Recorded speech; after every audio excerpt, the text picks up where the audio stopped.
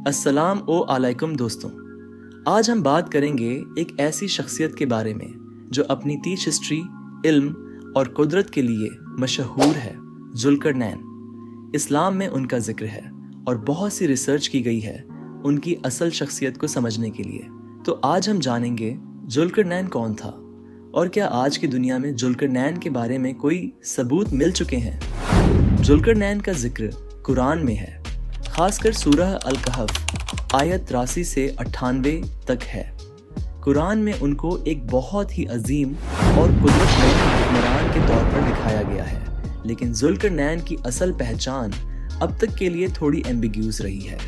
कुछ लोग उन्हें अलेक्जेंडर द ग्रेट से जोड़ते हैं, लेकिन इस्लाम में जुल्करनैन का जो जिक्र है वो अलेक्जेंडर की शख्सियत से काफ़ी फ़र्क रखता है।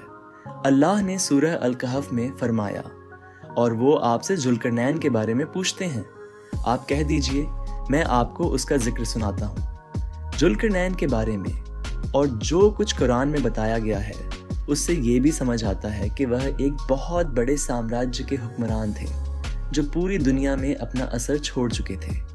जुल्करनैन की कहानी कुरान में इसलिए बताई गई है ताकि हम उसके सफ़र और उसकी इल्म की खोज से सीख सकें। अल्लाह ने जुल्करनैन को कुदरत दी थी और उनका सफ़र दुनिया के विभिन्न हिस्सों तक था। यह सफ़र एक नैतिक और आध्यात्मिक यात्रा भी थी। जुल्करनैन का सफ़र, पहला हिस्सा, मशरिक और मगरिब। जुल्करनैन का सफ़र का पहला हिस्सा उनके मशरिक, पूर्व और मगरिब, पश्चिम तक के सफ़र पर फोकस्ड था। अल्लाह ने उनको दो करने दिए थे, जो लिटरल सेंस में दो रुख या दो दौर की तरफ भी पॉइंट करते हैं। सूरह अल-कहफ वर्स 85।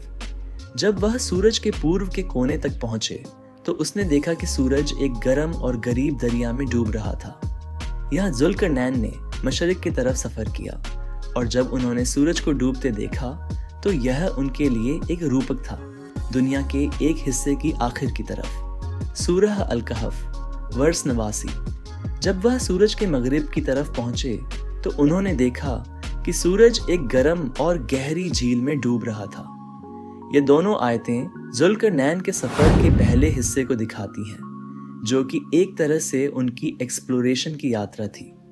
उनके सफ़र ने उन्हें दुनिया के दो एक्सट्रीम पॉइंट्स, मशरिक और मगरिब तक जाने का हुक्म दिया, जहां उन्होंने दुनिया की मंजरनामा को देखा। जुल्करनैन का सफ़र दुनिया के अंदर। जुल्करनैन का सफ़र अब एक और महत्वपूर्ण स्टेज पर पहुंचता है, जहां वह दुनिया के अंदर के लोगों के साथ इंटरेक्ट करते हैं। एक जगह उन्होंने एक ऐसी कौम को देखा जो उनके लिए बिल्कुल अनजान थी। सूरह अल-कहफ 93 से 94। जब वह दो पहाड़ों के बीच तक पहुंचे, उनको वहां एक ऐसी कौम मिली जो उनकी बात समझ नहीं पा रही थी। यहाँ जुल्करनैन एक ऐसी कौम के पास पहुंच गए जो अपनी ज़िंदगी के लिए कुछ खास चैलेंजेस का सामना कर रहे थे। उन्होंने देखा कि ये लोग अपनी मुश्किलात के वजह से दूसरों के साथ अच्छे से जुड़े नहीं थे। जुल्करनैन ने इनका मसला हल कर दिया। जुल्करनैन का सफ़र, दीवार। जुल्करनैन का सफ़र अब अपने क्लाइमेक्स पर है, जहां उन्होंने एक बड़ी दीवार बनाई जो यजुज और माजुज, गोग और मागोग के लिए एक रुकावट थी। ये दीवार उन्होंने दुनिया के सबसे खतरनाक जीवों से बचने के लिए बनाई थी। सूरह अल-कहफ 97 वर्स। लोगों ने कहा, जुल्करनैन, यजुज और माजुज ज़मीन में फसाद करते हैं, क्या हम आपको एक खर्च दें ताकि आप हमारे लिए उनके बीच एक रुकावट बना दें। सूरह अल-कहफ वर्स 98। जुल्करनैन ने कहा, जो कुछ भी मुझे मेरे रब ने दिया है वह ज़्यादा बेहतर है, तो तुम मुझे एक बदला देने की बजाय मदद करो। जुल्करनैन ने अपनी कुदरत और इल्म से एक ऐसी दीवार बनाई जो इन लोगों को रोक सके जो दुनिया के लिए ख़तरा थे। जुल्करनैन इन इस्लाम। जुल्करनैन ने अपनी ज़िंदगी के दौरान कई इल्मी और मालूमाती सफ़र किए, जिसमें एक सफ़र उनके दामन से किसी और तरीके का था। अक्सर लोग समझते हैं कि जुल्करनैन की सफ़र सिर्फ एक रूपक था, लेकिन जो भी आज हमारे पास उनके सफ़र का जिक्र है वह हमें यह दिखाता है कि वह एक बहुत ही मशहूर और इल्म वाले इंसान थे। रिसर्च और थ्योरीज ऑन जुल्करनैन। जब हम जुल्करनैन का जिक्र करते हैं तो हमारे जहन में कई सवाल उठते हैं। क्या उनका सफ़र सिर्फ एक कहानी थी या सच में उन्होंने दुनिया के कई हिस्सों का सफ़र किया था? बहुत सी रिसेंट रिसर्च ने जुल्करनैन के सफ़र और उनकी कहानी को मॉडर्न साइंटिफिक थ्योरीज से भी जोड़ा है। एक पॉपुलर थ्योरी के मुताबिक जुल्करनैन वह शख्स था जो एक बहुत बड़े साम्राज्य का मालिक था, जो एशिया और यूरोप के बीच था।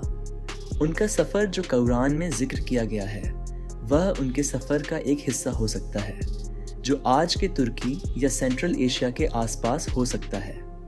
एक और थ्योरी जो आर्कियोलॉजिकल फाइंडिंग्स पर बेस है, यह कहती है कि जुल्करनैन का सफ़र असल में एक प्राचीन सभ्यता के ट्रेस के आसपास था, जो अब तक डिस्कवर्ड नहीं हुआ।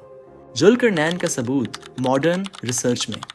जब हम मॉडर्न रिसर्च की बात करते हैं तो एक बहुत महत्वपूर्ण सबूत जो साबित करता है कि जुल्करनैन एक ऐतिहासिक शख्सियत थे, वह उनकी काफ़ी सफ़र का जिक्र है, जो कि मॉडर्न आर्कियोलॉजिकल फाइंडिंग्स से मैच करता है।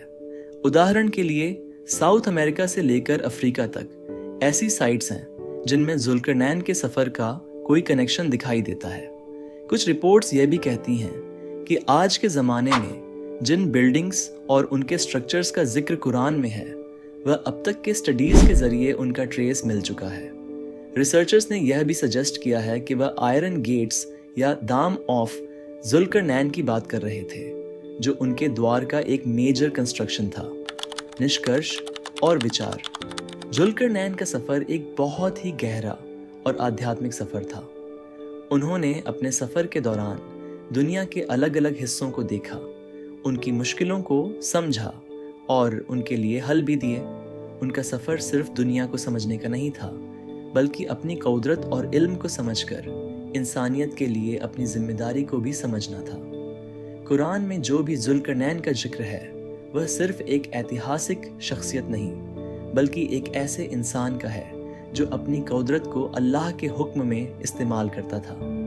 उनका सफ़र हमें यह सिखाता है कि इल्म और कुदरत का असली मकसद सिर्फ अपने लिए नहीं, बल्कि दूसरों की मदद करना भी है। तो दोस्तों, जुल्करनैन का जिक्र हमारे लिए यह याद दिलाने वाला है कि हमारी हिस्ट्री में कैसे बहुत सी मिस्ट्रीज छुपी हुई हैं जो हम अब तक सॉल्व नहीं कर पाए। जुल्करनैन का सफ़र, उनका इल्म और उनकी कुदरत आज भी हमारे लिए एक स्रोत प्रेरणा है। अगर हम कुरान को देखें तो अल्लाह ने हमें सिर्फ एक ज़िंदगी का हिस्सा दिखाया है, बाकी सब कुछ हमारे रिसर्च और इल्म पर डिपेंड करता है। आज के ज़माने में जिसे हम साइंस कहते हैं, वह भी अपनी थ्योरीज को समझने के लिए मकसद पर है। आपको ये वीडियो कैसे लगा? अपने थॉट्स को कमेंट्स में ज़रूर शेयर करें। अगर आपको ये वीडियो पसंद आई हो तो चैनल को सब्सक्राइब करें और वीडियो को लाइक ज़रूर करें। अल्लाह हमारी रहनुमाई करे। आमीन।